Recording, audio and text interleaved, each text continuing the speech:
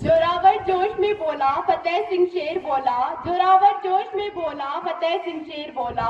रखो ईंटें, भरो गारे, चुनो दीवार ओ हथियारे। हमारी लाश बोलेगी, निकलती हर सांस बोलेगी। हमारी लाश बोलेगी, निकलती हर सांस बोलेगी। हमारे देश की जय, पिता दशमेश की जय। हमारे देश की जय, पिता दशमेश की जय।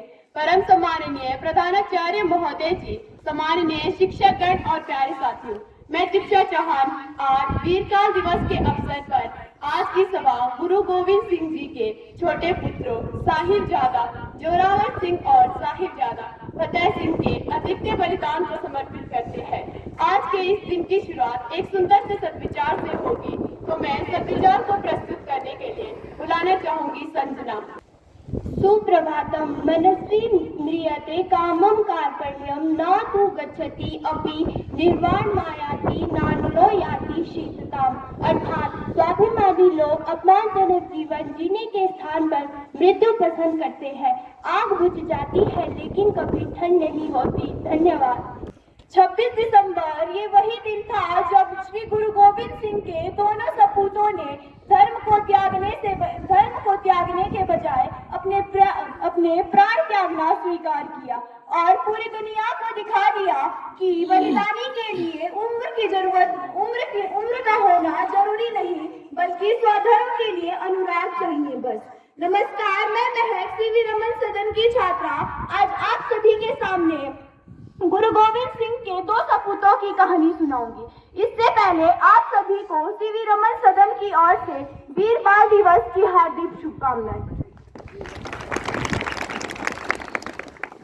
तो गुरु गोविंद सिंह के दो सपूत जिन्हें जन्म देकर भारत की मिट्टी धन्य हो गई और जिन्हें जन्म देकर भारत की मिट्टी धन्य हो गई, दशमेश गुरु के दो लाडले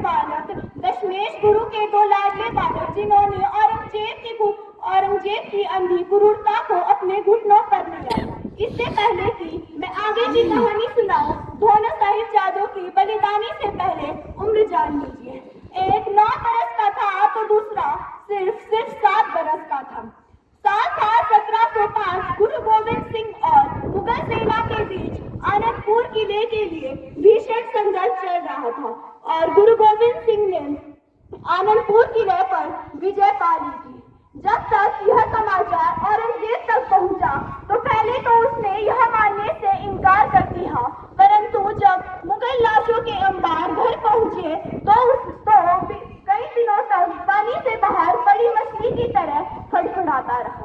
औरंगजेब ने गुरु गोविंद सिंह को पत्र में लिखा था कि अगर आप आनंदपुर किले को खाली कर दे तो मैं आपको बिना किसी रोक टोक के यहाँ से जाने दूंगा। गुरु गोविंद सिंह को पता था कि यह औरंगजेब की कोई चाल है। ये अधर्मी राजा जो सिंहासन के लिए अपने भाइयों को मरवा देता है और अपने पिता को कारागार में डाल देता है, ये अधर्मी राजा कभी भी अपनी बात में खरा नहीं उतरेगा। परंतु गुरु गोविंद सिंह शांति के पक्षधर थे। उन्होंने औरंगजेब की बात को मान लिया ताकि भारत की मिट्टी खून से अब और ज्यादा लाल न हो। वह अपने परिवार के साथ आनंदपुर किले को छोड़कर चल दिए और रास्ते में धोखेबाज औरंगजेब के आदेश से मुगल सेना ने उन पर हमला कर दिया। युद्ध में गुरु गोविंद सिंह ने विजय तो प्राप्त कर ली, परंतु इस दौरान वे अपने परिवार के साथ बिछड़ गए थे। उनके पुत्र साहिबजादे जोरावर सिंह और साहिबजादे फतेह सिंह अपनी दादी माँ के साथ जंगल में भटक गए थे। जंगल में भटकते वहाँ एक गुफा में पहुंचे जहाँ उन्हें मुगल सेना गिरफ्तार कर लेती है और औरंगजेब के आदेश के अनुसार उन्हें सरहिंद ले जाया जाता है और उनके साथ भी वही शर्त रखी जाती है जो उनके बाबा तेग बहादुर के सामने रखी गई थी। यातना या खतना मुसलमान हो जाए या कत्ल हो जाए, परंतु दोनों साहिबजादों ने साफ इनकार कर दिया कि जान दे देंगे परंतु कभी अपना स्वाभिमान नहीं देंगे। उन दोनों साहिबजादों को सरहिंद ले जाया जाता है। दिसंबर में सरहिंद में कितनी ठंड पड़ती है गूगल करके देख लीजिएगा, हमारे दोनों साहिबजादों को 3 दिन 2 रात सरहिंद में बुर्ज की कड़कती ठंड के हवाले कर दिया जाता है। न कंबल न रजाई, ऊपर से बुर्ज की ऊंचाई कि न कंबल न रजाई, ऊपर से बुर्ज की ऊंचाई। औरंगजेब ने सोचा तो ठीक ही था कि जो हड्डियां तोड़ सकती है वह क्या सिर्फ 2 बच्चों के हौसला नहीं तोड़ पाएगा, परंतु वह जालिम यूं भूल गया था कि वह गुरु गोविंद सिंह के बच्चे हैं। उनके अंदर इतनी आग भरी है कि वह हिमालय के ग्लेशियर को भी पिघला दे। उसके बाद उन्हें नवाब वजीर खान की कचहरी में पेश किया जाता है और उन्हें साफ-साफ इस्लाम धर्म को स्वीकार करने के लिए कहा जाता है, परंतु दोनों साहिबजादे टस से मस नहीं हुए। उसके बाद उनके साथ नवाब वजीर खान ने वही किया जो बुज़दिल और बेगैरत इंसान करता है, जिसे झुका ना पाए उसे मार दे। 26 दिसंबर 1705 यही वो तारीख है जब दोनों साहिबजादों को जिंदा दीवार में चुनवा दिया गया था।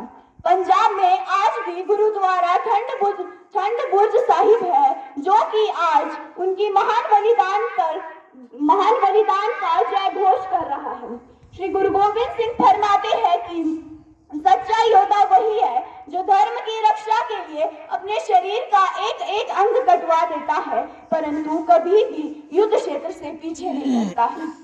मैं राजकीय उत्कृष्ट वरिष्ठ माध्यमिक विद्यालय पांडे ढाढ़स परिवार की ओर से दोनों साहिबजादों को कोटि-कोटि नमन करती हूँ। वाहे गुरु दा खालसा, वाहे गुरु दी फतेह फतेह। सो जो बोले सो निहाल, जो बोले सो निहाल। सत श्री अकाल। अंत में शुभ दिन सही। जय हिंद, जय भारत। श्रीमद् भगवद गीता में भी कहा है कि हमें अपने धर्म के ऊपर हमेशा अडिग रहना चाहिए। हमें अपने धर्म में ही मरना अच्छा है, दूसरे के धर्म को अपनाने के बजाय। पूरे इतिहास में ऐसी एक भी धर्म तो नहीं है जहाँ मात्र 7 साल के बच्चे ने अपने धर्म के लिए अपनी जान दे दी। वो चाहते तो इस्लाम धर्म कबूल कर सकते थे और वो किसी न किसी राज्य के राजा बन सकते थे। उनको यही ऑफर दिया था कि आप इस्लाम धर्म कबूल कर लो और हम आपको किसी राज्य की जागीर दे देंगे, आप भी नवाब बन जाओगे। लेकिन उन्होंने इसके लिए साफ मना कर दिया। उन्होंने कहा कि हम अपनी जान दे सकते हैं लेकिन हम अपना धर्म नहीं छोड़ सकते। तो बच्चों, अपने धर्म पे अडिग रहना ही हमारा एकमात्र लक्ष्य होना चाहिए। चाहे हमें कोई कितना भी लालच दे, चाहे कितने भी बुरे दिन हो, अपने धर्म में ही मरना श्रेष्ठ है। हमें अपने ही धर्म में हमेशा रहना चाहिए। धन्यवाद।